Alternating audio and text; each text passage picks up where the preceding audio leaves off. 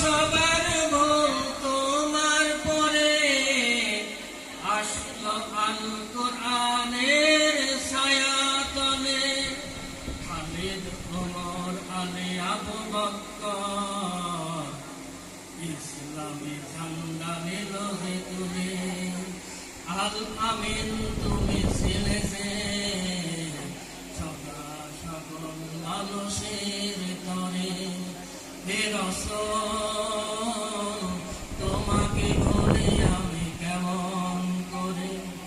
হে রাসূল তোমাকে ভুলি আমি কেমন করে।